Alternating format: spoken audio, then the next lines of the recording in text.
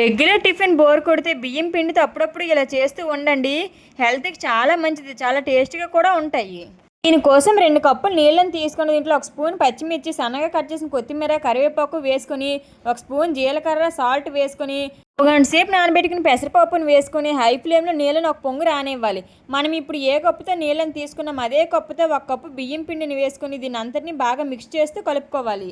అంతా బాగా కలుపుకున్న తర్వాత ఈ మిశ్రమాన్ని అంతటిని ఒక ప్లేట్లో వేసుకొని చేతికి ఆయిల్ అప్లై చేసుకొని వీటిని మీడియం బాల్స్లో చేసుకోవాలి. ఇలా అన్నిటినీ చేసుకున్న తర్వాత నేను ఇక్కడ ఒక ఫ్రీడమ్ కవర్ ప్యాకెట్ తీసుకున్నానండి.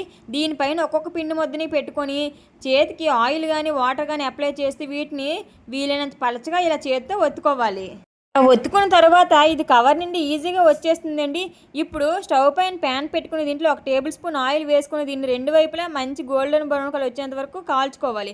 అంతేనండి, దీన్ని మేము తపాలా రొట్టి అంటామండి. చాలా టేస్ట్గా ఉంటుంది.